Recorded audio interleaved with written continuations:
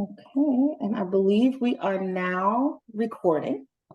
Okay, so welcome once again. The recording has officially started.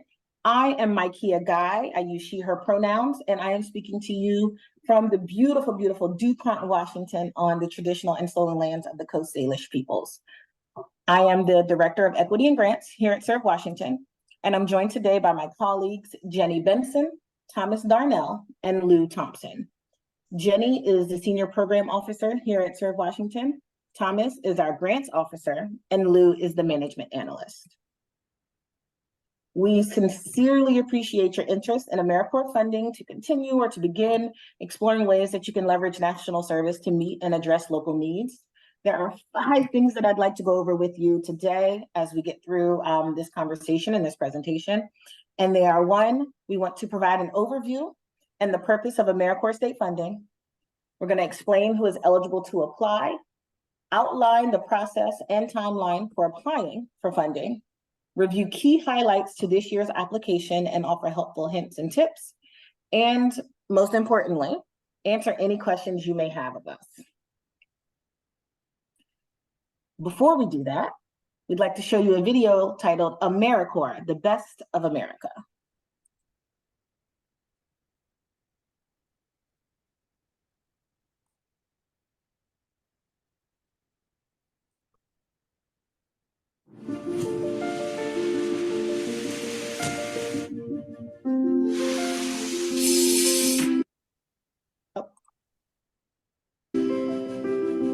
To laugh often and much. To win the respect of intelligent people and the affection of children. To earn the appreciation of honest critics and endure the betrayal of false friends. To appreciate beauty. To find the best in others. To leave the world a bit better. Whether by a healthy child,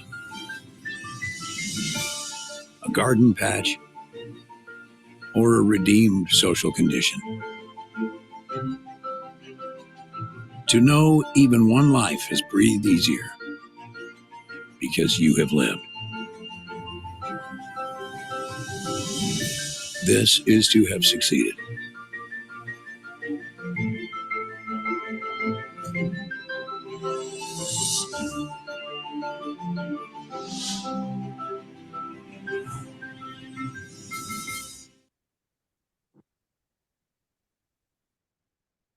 So specific to Washington, what we have going on here in Washington right now, you can see there on the slide, there are 700 local service sites as of 2022, 5,300 AmeriCorps seniors and members, $35 million in AmeriCorps and local funding, and a little over $180 million in AmeriCorps scholarships earned since 1994.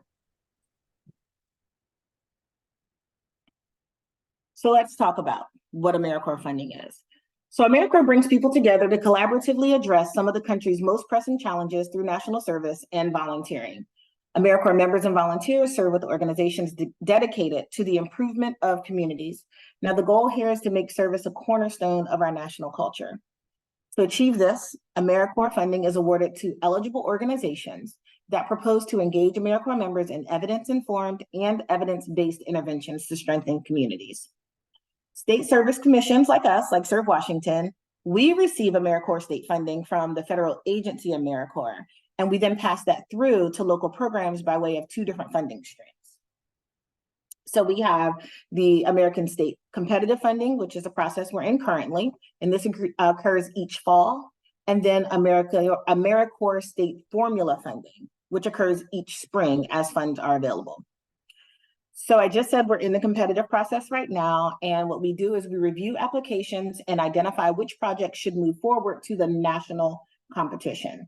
At that point, the federal agency AmeriCorps evaluates the applications and make determinations about who will be funded. We do believe this will be a very competitive process and is a good fit for larger programs. And when we say large, we're talking about over 20 MSYs, programs that meet the national priorities, that propose to operate in one single focus area, or are well established in multiple focus areas, or programs that have strong or moderate evidence. Of course, we welcome all applications, but these are what we've seen to be the most successful based on past competitions. Now, in contrast, the formula funding is in the spring, and it's a local state competition. The applications in the formula competition only compete against applicants in our state. So they don't go to the national competition. Those decisions, the funding decisions, are made right here by Serve Washington. However, this is a much smaller allocation of money. Traditionally, historically, it's been a little over 4 million, as opposed to the vast 500 million plus or minus a few, that is offered in the national competition. So the formula competition in the spring is a good fit for smaller programs. So we're looking at 10 to 30 MSYs, programs that meet local priorities, that propose to operate in newly established single or multiple focus areas, or programs that are building their evidence base. So we're bringing this to your attention now, just in case you're like, oh, maybe the spring is a better option for my program, or if you have some projects that you'd like to submit to us in the spring. Now, overall, the focus of AmeriCorps funding is guided by the Serve AmeriCorps Act. In April of 2009, the Edward M. Kennedy Serve America Act was signed into law by President Obama. Through this law, Congress directed AmeriCorps, the federal agency, to focus national service in 6 service areas where service can make a major impact. And so those are disaster services, economic opportunity, education, environmental stewardship, healthy futures, and veterans and military families. These areas have been well funded in the past, but of course, applicants are able to apply for funding under any focus area that they propose will use AmeriCorps members in evidence-informed, or again, evidence-based interventions to strengthen communities. Now, the priority funding areas are slightly different. They are determined annually by AmeriCorps, and they can change annually. This year's funding priorities are organizations leading service in tribal communities, rural communities, those with concentrated poverty, and organizations serving historically underrepresented and underserved individuals. So when they say that, they're looking at communities of color, immigrants and refugees, individuals with disabilities, the LGBTQIA+ community, individuals with arrest or conviction records, and religious minorities. Also, a priority area is evidence-based interventions, as we spoke of before, with strong or moderate evidence. We've said that a few times, so it's very, very important. Focus areas that we talked about, the slide before this, with veterans and military families, environmental stewardship, programs that are creating workforce pathways. So if you have deliberate training, certifications, if you can offer hiring preferences, things of that nature. Programs that provide additional benefits to members to help with recruitment and retention. So programs paying a higher living allowance, who are providing benefits such as transportation, housing assistance, food. Faith-based organizations, community-based programs focused on enhancing and expanding services to or recruiting second chance youth. And these are youth typically from the juvenile rehabilitation system. Civic bridge building programs, so programs who are focused on reducing community division, and programs focused on implementing or expanding access to high quality early learning and prepare members to enter careers in that field. Please, please, please use the NOFO and supplemental guidance provided to see specifics and associated definitions. If your application fits one of these priorities, you will have the opportunity to identify that in the grant application narratives, but the portion of this narrative is not scored. However, it does allow for funding priority in some cases. So if your application does not fit, don't worry about it. Many applications are funded each year outside of priorities areas, so don't try to conform your application or program design, as it could result in mission drift or be difficult for the reviewers to read.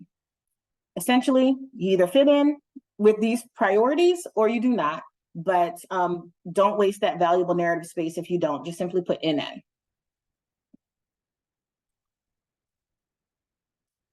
Now, the priority funding areas locally determined by Serve Washington are service strategies that are driven by community identified priorities, organizations that are led and staffed by people that reflect the communities being served, so that by and for model, programs that strive to recruit and select national service members that reflect communities being served, again, programs that strive to recruit and select national service members with high school credentials and or any other type of informal education, models that utilize service as a strategy to develop career pathways or lead to industry recognized credentials, models that are showing a commitment to diversity, equity, inclusion, and access, programs that provide additional benefits to members, such as member assistance through via mental health or other avenues, housing assistance, transportation, childcare, et cetera, and models that engage older adults, tribes, rural, or other underrepresented communities that we discussed before. So now we are going to pivot to talking about AmeriCorps members. AmeriCorps members must spend a majority of their time participating in direct service. That is service that is addressing a human need or the environment or one form of the other, engaging directly with people to support change or performing service that is involved in creating community impact. Administrative tasks are necessary, we understand that, and they may happen. However, programs should caution against excessive administrative tasks or tasks unrelated to the direct service. Indirect service, defined as training and fundraising, is allowable, but is limited. The most important piece of information to relay is that at least 70% of member time must be spent doing direct service. A maximum of 20% can be dedicated to training, and a maximum of 10% can be dedicated to fundraising. Now, if you're thinking about a capacity building position or things of that nature, as opposed to that direct service, you may want to reach out to AmeriCorps Vista. A caution: AmeriCorps is not intended to duplicate activities already available in the locality of a program, and organizations may not displace or supplant an employee or volunteer position with an AmeriCorps position. AmeriCorps members serve or perform service. So be careful of that language, and this is defined by law. They are participants in an approved national service position. They are not employees of the organization or any government entity, and should refrain from using language such as work or job when you're describing their services. Now, this is a little bit different from what we've done in previous years, but we're going to go ahead and pass this over to Thomas Darnell, our grants officer, to speak about budget tips. Great, thank you, Micaiah. All right, so first we'll start with cost reimbursement. So this is what new programs are going to be applying for. So cost reimbursement is you're going to report to us actual program costs that you've incurred. You're going to determine whether they're going to be internally covered, which will be grantee share or match, or whether you want to be reimbursed from your federal grant through us. So you have a match percentage, a detailed line item budget with a required percentage of match that must be documented. So when you put your budget narrative together, you'll determine what your match will be. For a first-time program just starting, it'll be 24%, which means 24% of the entire budget, not 24% of the federal share, will need to be grantee share.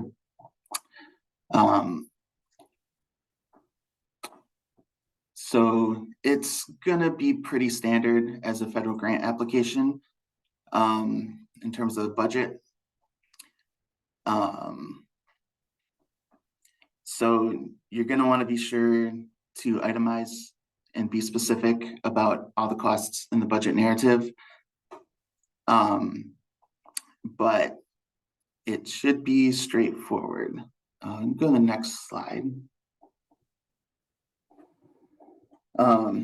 So on the budget narrative application, there's going to be 3 sections. Section 1 is operations, section 2 is member costs, and section 3 is indirect rate. Just keep in mind that as you're working out the exact amount you want to have. Any changes that you make in section 1 or 2 is gonna change your calculation for your indirect rate. If you have a federally approved indirect cost rate, you can use that, and that includes the de minimis 10%.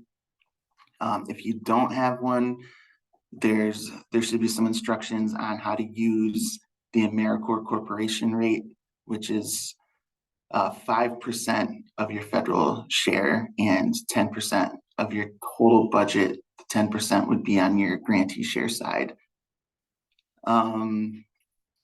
There's also a source of funds section that shows where your grantee share comes from, and the amount proposed in source of funds should match the amount shown in the match of the grantee share of your budget. Be sure that you include costs like fingerprinting and background checks. You're going to need them for all of your members and any staff member who appears on the budget. And 25% of your application score is going to come from the narrative, budget adequacy, and cost effectiveness. So even if you're being redundant, make sure that you demonstrate very clearly in that narrative section how your budget supports your program and how your budget is the best use of federal funds. All right, and then we also have fixed amount budgets. They're a little different. We have a couple people on this call, I think, who are with a fixed amount program. So they're reimbursed basically on the amount of hours served by members.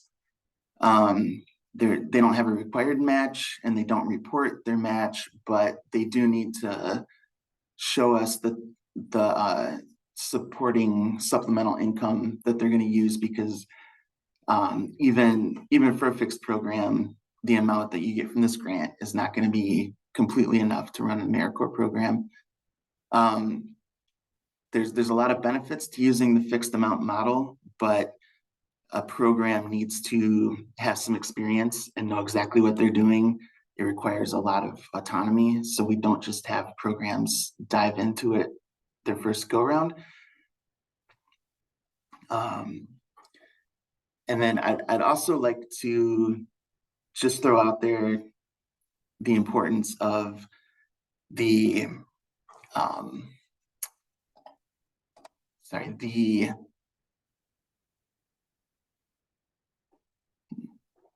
the narrative on budget adequacy and cost effectiveness. That's gonna actually be a factor on this round of fixed applications. So be sure that you actually address it. Talk about how you're gonna use your funds and how it's the best use of funds to run your program. Again, you can be redundant about other sections of your application, but make sure that you're making that point in your application. So I think that's all I had. Do we have any questions?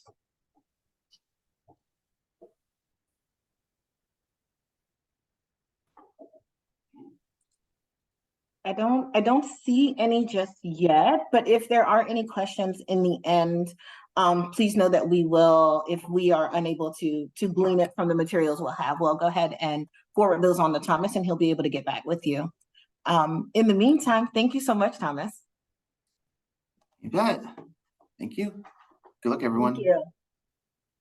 So now we are back to our regularly scheduled programming. And with that, I'm going to go ahead and pass it over to Jenny to talk about the eligibility, the process, and the timeline. Awesome. Thank you, Micaiah. Up front, I want to draw everybody's attention to the requirement for a minimum number of member service years, also called MSYs. This is a standard of Serve Washington. An MSY is equivalent to one 1,700-hour full-time position, which is like an FTE in the employee-employer world. Serve Washington will be forwarding applications with a minimum of 20 MSYs. This can be a combination of full-time or less than full-time MSYs. Organizations interested in less than 20, so a smaller team or an individual placement, can consult our RFGA for other resources, and we are happy to get you connected to those. So now, provided that your organization meets that 20-member service year requirement, the following entities are eligible to apply. We've got nonprofit organizations, institutions of higher education, state and local governments, tribes.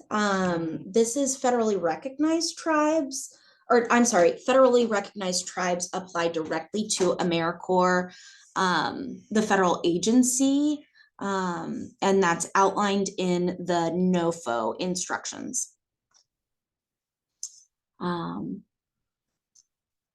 Then additionally, organizations need to also have a UEI, which is a unique entity identifier, an EIN, which is an employer identification number, and must be registered in SAM, which is the US government system for awards management. If that language is new to you, you can refer to the NOFO for more. Next slide, please. Now, I'm a visual person, so I like to have this outline of what the process for the RFGA looks like. So, applicants draft up their application. It gets submitted in eGrants. The Serve Washington Commission will review and vote on which applications to forward up to AmeriCorps, the agency. Then our staff at Serve Washington will reach out and do some clarification for programs selected. Once we've got those applications all polished up, they get submitted to AmeriCorps, the agency. AmeriCorps then reviews them, and they will then do their own round of clarification. Awards are made, and you get a program and AmeriCorps members to help your organization and community. So what's the timeline for this? This timeline is also in the RFGA. I just want to point out some important dates. The biggie is that completed applications are due from applicants October 6th, 2023 at 5:00 p.m. Please pay attention to that 5 o'clock deadline on October 6th. That's a Friday. Then our staff will review for compliance. Our grant review committee will, and Serve Washington staff are also going to be doing a deeper dive. And then our grant review committee is going to meet on November 3rd. I bring this date to your attention because should there be any questions that our grant review committee has, we want applicants to be available by phone on that November 3rd date to answer any questions that might arise during that review. Then we will have that clarification starting on November 7th. Our larger commission meeting is December 7th, and that's where the official votes will happen. You'll receive notification on December 11th. And then January 4th is the date that we need to get everything all submitted to AmeriCorps. AmeriCorps will let people know mid-April of 2024 for anybody who's applying for the regular AmeriCorps state and national opportunity. And it'll be July when Public Health AmeriCorps receives that notification. Then there will be kind of that clarification revision period, and the actual awards will be issued mid-July for the AmeriCorps state programs, and then September for Public Health AmeriCorps. So those are those important dates. And with that, I'm going to turn it back over to Micaiah. Thank you, Jenny. Thank you. So all of this information, these dates that Jenny so helpfully outlined here are in the RFGA. So please, we will refer to the RFGA many times. Please be sure to check that out and be aware of what's in there. So now we're going to move on to talking about the key terms, some highlights, and special information that may be in reference to this NOFO and RFGA. First, starting with the NOFO and RFGA, we keep using that acronym. So the NOFO is a Notice of Funding Opportunity, and it is the federal notice by way we at the State Commission, we apply on your behalf. It outlines how to apply and what to include in your application, and it informs our RFGA. Now, the RFGA is the request for grant applications, and that is Serve Washington's notice to apply. We have addressed the difference between competitive and formula grant opportunities, but as a refresher, competitive, what we're in right now, that's a national competition, and that happens every fall. And then the formula grant opportunity is in the spring, and that is local at the state level. You will also hear cost reimbursement and fixed amount, as Thomas just talked about. And so this is a type of financial arrangement for your grant agreement. All new applications must apply under the cost reimbursement model, with very few exceptions. This model has a detailed line item budget with a required percentage of match that must be documented. It looks the same as most standard grant application budgets. The fixed amount model is a little different in that you have to have permission, one, to apply as a fixed amount grant. These are reimbursed on a monthly flat rate, and that's tied to the number of members actively in service.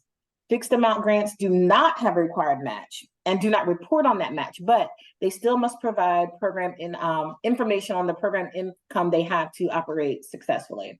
While there can be benefits to the fixed amount model, it does require a lot of autonomy, as Thomas said, and therefore we require it to be an earned status.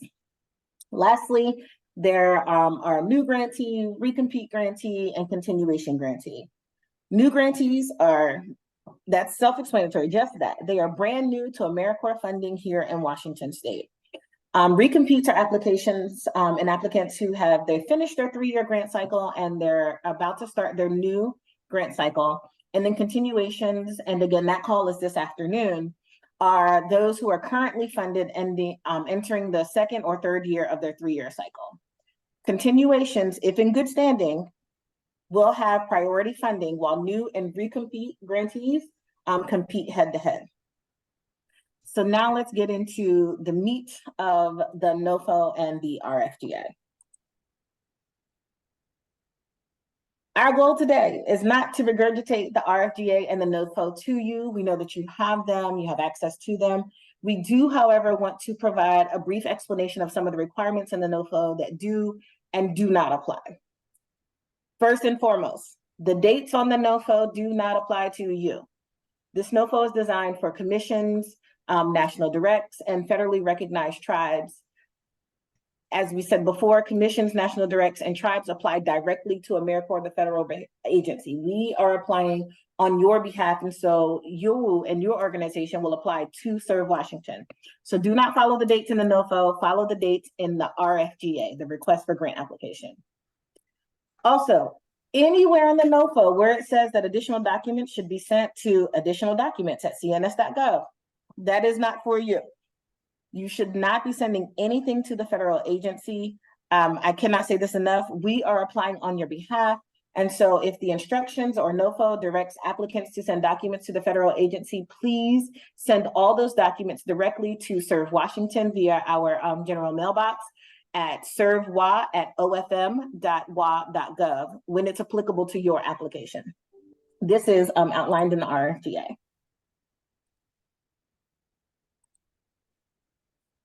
So here's what does apply to you. The page limits in the NOFO. Your application may not exceed 10 pages once it is printed. This applies to the one-page face sheet, which is automatically generated by the grants management system, which is currently eGrants, and the narrative sections with the executive summary, program design, organizational capability and cost effectiveness, and budget adequacy. Remember, Thomas highlighted that portion earlier in this call. What is not counted in your page limit is the evaluation plan and or report, your logic model, the actual budget worksheet, your performance management module, and any supplemental documentation. The logic model, however, may not exceed 8 pages. That part of the NOFO applies to you. The narratives in this year's NOFO have changed quite significantly. You will notice that there's no longer a theory of change section. Instead, it is called the community and logic model with a focus on community engagement. There are also more criteria under each narrative section. So it would be wise to look at the scoring for each narrative and dedicate that space accordingly. Just a reminder that the funding priority narrative is not scored. So only address this if applicable. Otherwise, you may be wasting valuable space. The cost effectiveness and budget adequacy, those parts are asked to for explicit detail with intention to align your budgets with member recruitment, member retention, data collection, and program design. There is a theme throughout this application.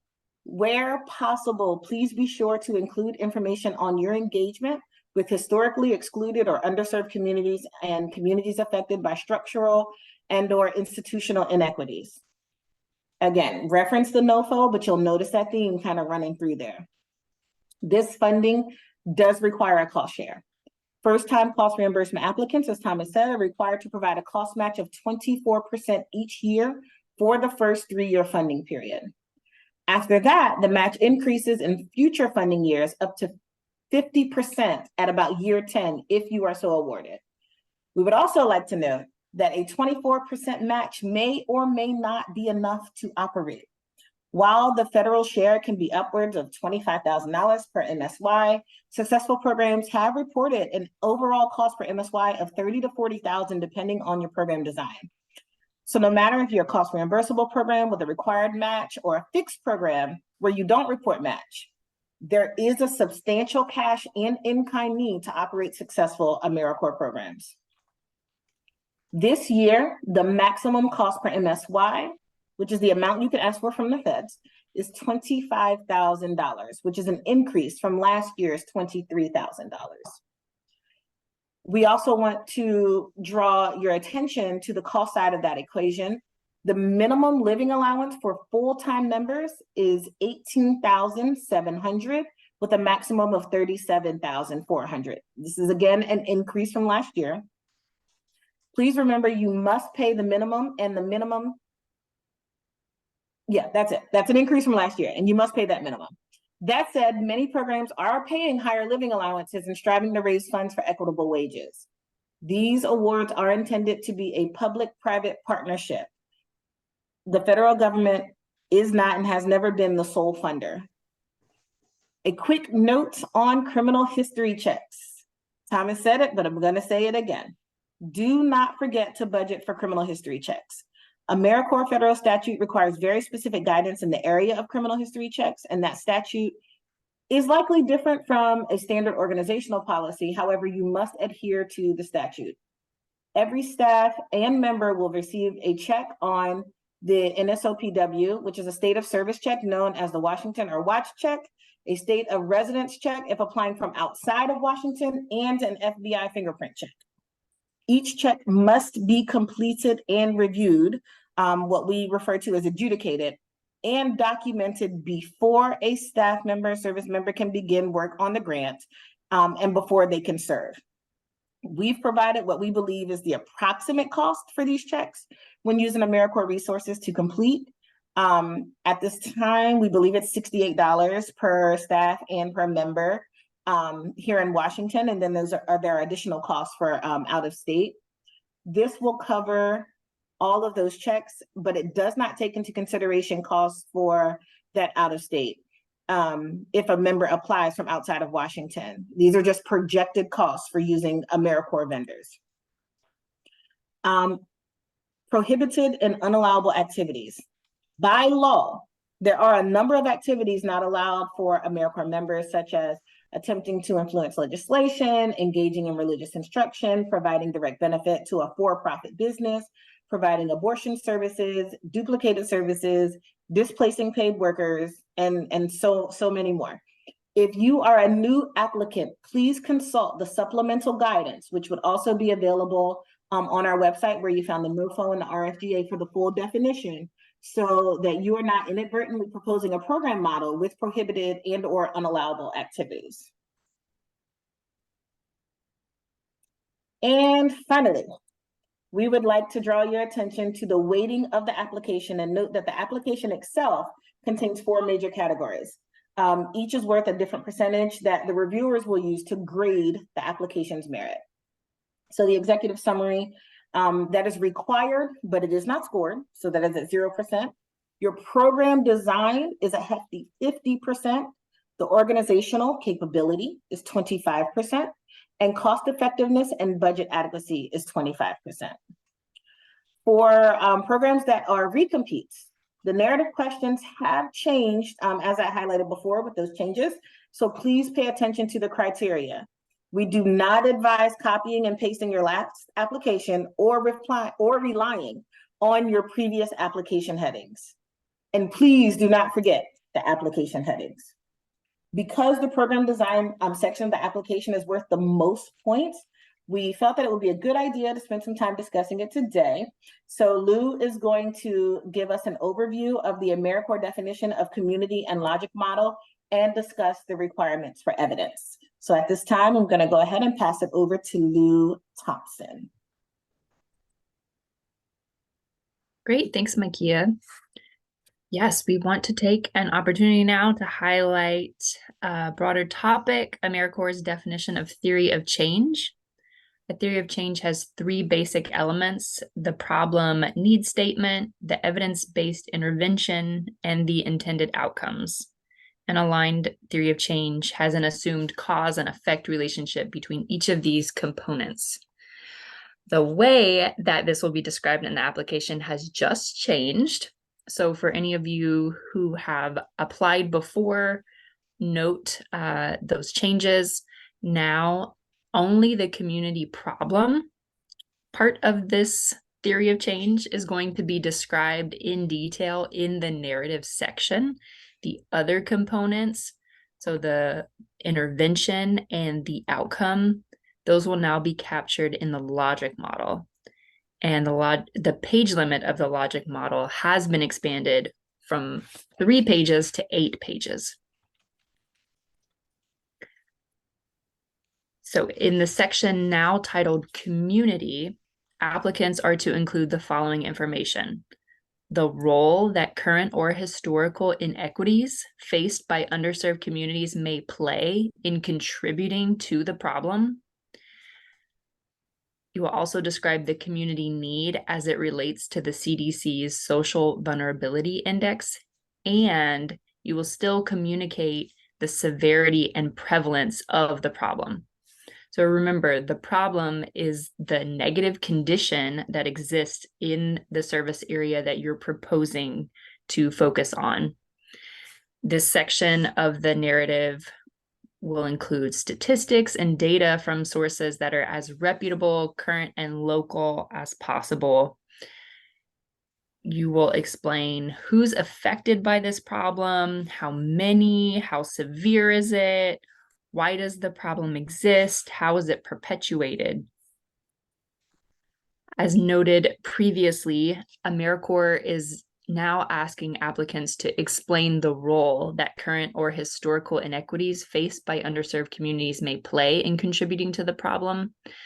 So we encourage applicants to consider how you might apply an equity lens when writing the community section in general and how you're describing the problem, but specifically related to answering the question of cause when describing the community problem.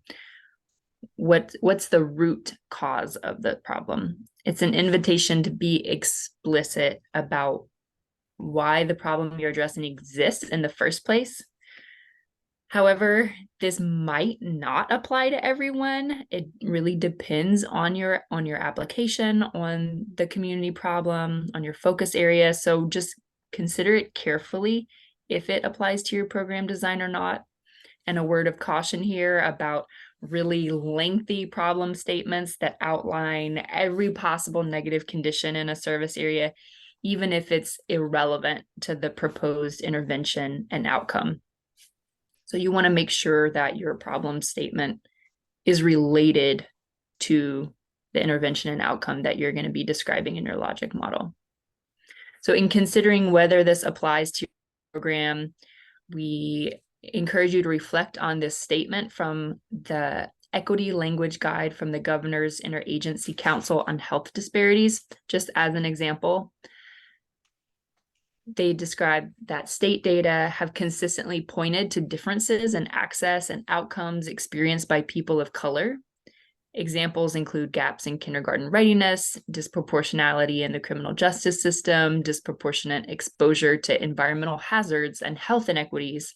When documenting these inequities, agencies have historically used language that explicitly states or implies that race or ethnicity is a risk factor.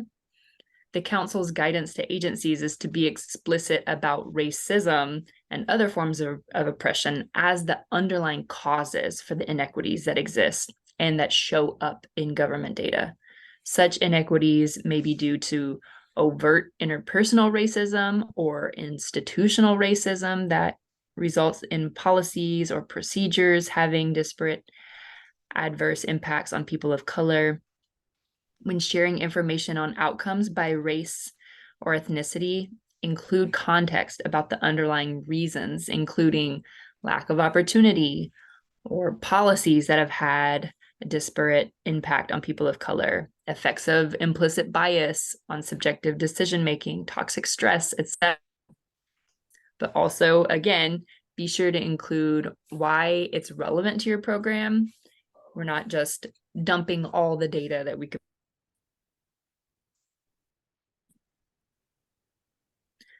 Now, this isn't new to 2024, but if you haven't competed in the last couple of years, it might still be new to you. In the community section of the application narrative, you should also describe the community need as it relates to the CDC's Social Vulnerability Index. The website is linked in the NOFO. And just a note that when you go to the index map, if you zoom in enough, you will get data at the census block level rather than the county level. So if your program serves a really specific geographic region and you need data at the census block, you can zoom in and find that. And we see this index as one more data source for determining community need and selecting service location areas. It's not necessarily the only data source that you would use for the community section. And as already stated, you will no longer describe the intended outcomes in the narrative section. The logic model will capture all outcomes, short, medium, and long. By outcome, AmeriCorps means the change in the community that you hope to see. A word of caution here about outcomes that don't align with the proposed intervention and need. Next is the intervention, which is the set of activities that will produce the intended outcome. Again, this will be described only in your logic model. It does not need to be captured in the narrative section of the grant application any longer. And it's really important to clearly define each aspect of the intervention. Don't assume that a reader understands your intention, especially if you have an intervention that is really common or general, like tutoring or mentoring, you should be really clear in your logic model what the design and dosage is. So that includes the frequency, intensity, and duration of your intervention. Who does what with whom, how often, how many times, for what proposed length of time. A word of caution about interventions that are defined in really general terms, but without detail or support of evidence. So now we can talk a little bit more about the logic model, which is a snapshot of your program's theory of change. And the logic model is where you're capturing each of those components. The logic model has been expanded to 8 pages maximum, but I would still suggest using bullet points and or short phrases rather than full sentences for readability. When read left to right, the logic model answers the question if then. So as an example, we have on the slide, if we have 20 AmeriCorps members, then 400 students will receive services, and on throughout the chart. You could also build it out backwards from right to left, and then you would be answering the question, but how? So if 400 students need services requiring 20 AmeriCorps members, the logic model also encompasses short, medium, and long-term outcomes. This may represent time or conditional change. I encourage you to think ABC, attitude, behavior, condition. It's important to note that not all of the outcomes require an associated performance measure. So we'll talk about performance measures in a minute, but just keep in mind that your logic model is capturing your program's full theory of change and is capturing the member activities that you are wanting the AmeriCorps grant to fund. The program may choose to only measure one of the outputs with one aligned, usually short-term outcome. Longer-term outcomes might be more relevant for an evaluation later on, or may simply represent an ultimate change in condition established through cause and effect, but is not within your ability to measure in 1 year. So choose whatever makes the most sense for your program. It depends on your program's design, but just know that you're not required to develop performance measures or even report on all of the outputs and outcomes that are in your logic model. When all elements are laid out in the logic model, it should tell a story about your program, and the reader should be able to envision what a day in the life of your program is like. And we are looking for alignment throughout the columns where you can really read it either left to right or right to left, but that each component flows. So let's talk a little bit about evidence now. The level of evidence in support of the intervention increases the likelihood of cause and effect relationship in your theory of change. So there is a separate section in the narrative where you will talk about the evidence for your program. And the NOFO and supplemental guidance outline a spectrum of evidence. We encourage the use of evidence-based and evidence-informed interventions, but we know that not all program designs will fall into the moderate or strong evidence tiers defined by the NOFO. That's totally okay. AmeriCorps acknowledges currently funded applications fall all across the tiers, and many programs are in the preliminary stages of evidence. The hope is that over time, the AmeriCorps portfolio will shift as funded programs gain traction in the area of evaluation and build upon their program's evidence. All right, a little more on the evidence section. With all the sections, it's important to familiarize yourself with the NOFO and supplemental guidance. In the narrative section, what we and AmeriCorps are looking for is that applicants are, one, fully summarizing any study designs and key findings of any evaluations that you've completed. Two, that you describe any other evidence that supports the proposed program design, such as past performance data that you have or other research findings. This is true even if you believe you qualify for one of the higher evidence tiers. I often see programs leave this out. So if you do not have an evaluation of your program, then the whole evidence section will really consist of responding to this item. So it applies to everyone. Finally, third, if you are submitting evaluation reports for consideration of the preliminary, moderate, or strong tiers, then you must describe how the intervention described in the submitted reports is the same intervention described in all the applications. The mandatory supplemental guidance lists specific criteria for what counts as the same intervention described in the application, and it's really specific. And you will need to clearly describe in the application how the intervention described in the report is the same as your intervention, even if it's a report of your own program. So this section of the narrative is scored on two parts. So one, the level of evidence, or tier, as AmeriCorps calls it, and two, the quality of evidence. So the level of evidence, or AmeriCorps tier, is, they're all defined in the supplemental guidance, but they include preliminary, moderate, and strong. And three of those four tiers, the preliminary, moderate, and strong, allow for additional submissions of hard copy evaluations beyond the narrative description. Those in the pre-preliminary tier should only describe evaluations, research, or data within the narrative itself.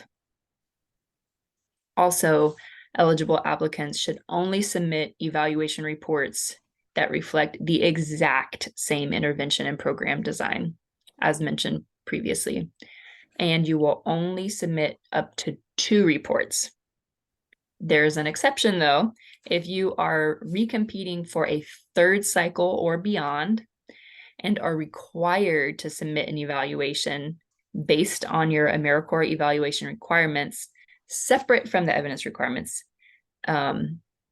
then you can also submit your evaluation report, which could count towards one of the 2 reports allowed, or can be submitted in addition to this. So in the latter case, all 3 reports would be considered against the review criteria. And if you're a little unsure about that, we can help you out in figuring out what to submit. I have a few points to share here on the performance measures and the performance measure module. All applicants must include at least one aligned performance measure, an output, and an outcome that corresponds to the proposed primary intervention. This may be a national performance measure, or it could be an applicant determined measure that you design yourself, if none of the national performance measures accurately captures your intervention. Performance measures reflecting activities that are not central to your program model should not be included as a performance measure, and they don't need to be reported to AmeriCorps, although you might still collect that data for your own purposes. Using our previous logic model example, this is what a program might choose for their performance measure: the output of 400 students served, and of those 400 students, 275 will improve math scores by 10% or greater. A common pitfall we see are really lengthy statements, as well as long paragraphs under the described instrument section. We just want to note that the problem statement can be a quick 2 or 3 sentence summary. as the example on the slide demonstrates. Likewise, the described instrument section should be kept as brief as possible, while of course still including enough information for a reviewer to assess. For your outcome performance measures described instrument statement, be sure to specify who's counted. For example, only those who complete the full dosage. Explain the change required between pre and post in order to be counted, and indicated how this change is significant or meaningful. We have included an example on the slide. Community and logic model section, as well as the evidence section in the narrative, is where you will capture the more robust details, not in the performance measurement module. And I believe that is it for me, so I will pass it back to Micaiah. Woo! Thank you, Lou. My goodness. If your head is not swimming yet, please allow me to just give you a little bit more, just a few more things that we'd like to go over today. So firstly, we want to talk about the documents that are going to accompany your application. All applicants are going to submit an operational and financial management survey. This year, that is online only. And the link will be, again, provided there within the RFGA and in the NOFO. The organization's most recent audited financials, so this could be a single audit if your organization is subject to federal single audit requirements, or simply the organization's audited financial statements from a third-party auditor. Any applicable evidence, as just described by Lou. If you are recompeting for the first time, you will also be submitting your first evaluation plan. If you are recompeting for a second or subsequent time, you will be submitting your evaluation report for the previous 3 years, as well as a new evaluation plan for the upcoming 3 years. And then lastly, if applicable, submit a labor union concurrence and or your tribal eligibility. A little bit more on the evaluation plan. It is a template. All applicants will enter NA are not applicable in the eGrants field, and those required to submit an evaluation plan will do so using the new AmeriCorps template found on our website. The evaluation plans are not scored as part of the grant making process, and if awarded, these evaluation plans will be reviewed and approved by AmeriCorps, the federal agency. It is in your best interest to fully answer each criteria on the template. Do not skip sections and be as detailed as possible. If awarded, but the plan is not approved, applicants will need to revise their plan and get the plan approved in a timely manner. The more work you can do now, the more you will save yourself later and the commission's time as well. If you have any questions on the evaluation plan template or how to best address a section, Lou is our resident expert and a great resource, as they have been the lead in working on the plans during the subgrantee revision process for the past few years. So some eGrants tips. Create your application outside of eGrants. Look at those page limits so that you're not exceeding them. eGrants does not allow for fancy formatting, so you can't bold, no italics, no lists, no charts. But you can use all caps for section headings, so they are easily identifiable. eGrants automatically double spaces when printing, so keep that in mind as you are writing in your narrative sections. But spacing is not always perfect between Word and eGrants. So save and validate often when you're in eGrants. If you've been around for a while, you know that eGrants has a mind of its own. And if you're brand new, eGrants has a mind of its own. So save, save, save, and save again. And also use Chrome. Now that Internet Explorer has gone the way of outdated applications, Chrome is the next best bet. Read the NOFO, read the application instructions, read the supplemental guidance. There are a lot of pages, but they are super, super helpful. Do not include any web addresses or URL links in your narrative. Any numbers, data, demographics, demonstrations, anything should match in all sections. If you update one section, think to yourself, where else could I be putting this? Make sure that everything matches. Be as accurate as possible, and in the authorized representative form that we will be signing out with that signing authority, please make sure that that information matches the information that's on your face sheet. Check your dates. Print your final application so that you can see what those pages are, to make sure that you are within limit during the technical review that happens after the submission of the applications. We hate to have to return it to you because you're a page off or 3 lines off.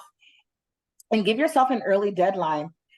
eGrants has a mind of its own. Okay, it does what it wants to do. As with any digital technical application, we are at its whims. So be sure to give yourself time to continue to review, and maybe have someone else review it to see how it looks, who's not as familiar with your program, and get some feedback. For recompete applications, there is an increase in the maximum cost per MSY. There's an increase in the living allowance. The narratives are a little different, so please don't use your old ones. Don't copy and paste. Please go in there and really take a hard look at what is being requested. Update your data, check out the national performance measures, and verify your evaluation plan and report requirements. Again, Lou is the Serve Washington expert on that matter and is happy to assist.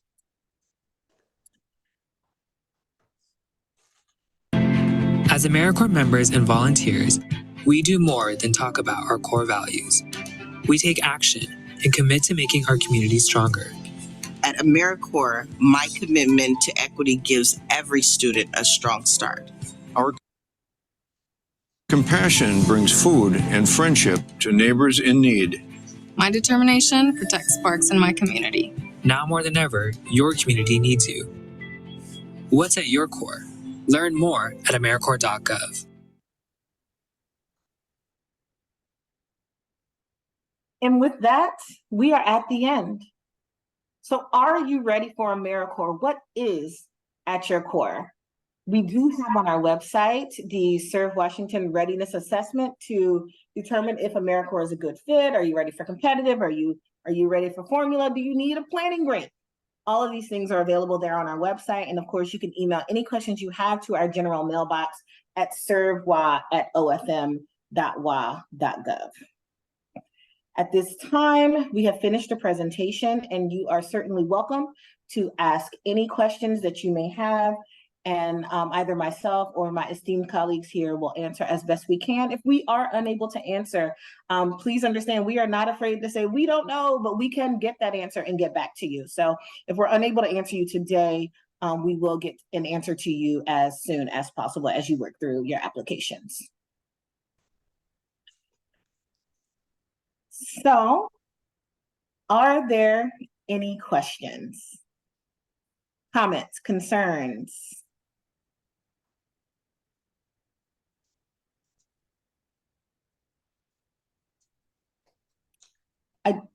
I do not see any microphones coming on, and I know effective meeting facilitation dictates a 10-second wait, but that feels like the last minute on the treadmill when it's silent. So I'm not going to do that to you all. I am going to release you to enjoy the rest of your day. This recording will be available shortly on our website for you all to go back and review. And again, please submit any questions to our general mailbox. And with that, I bid you adieu.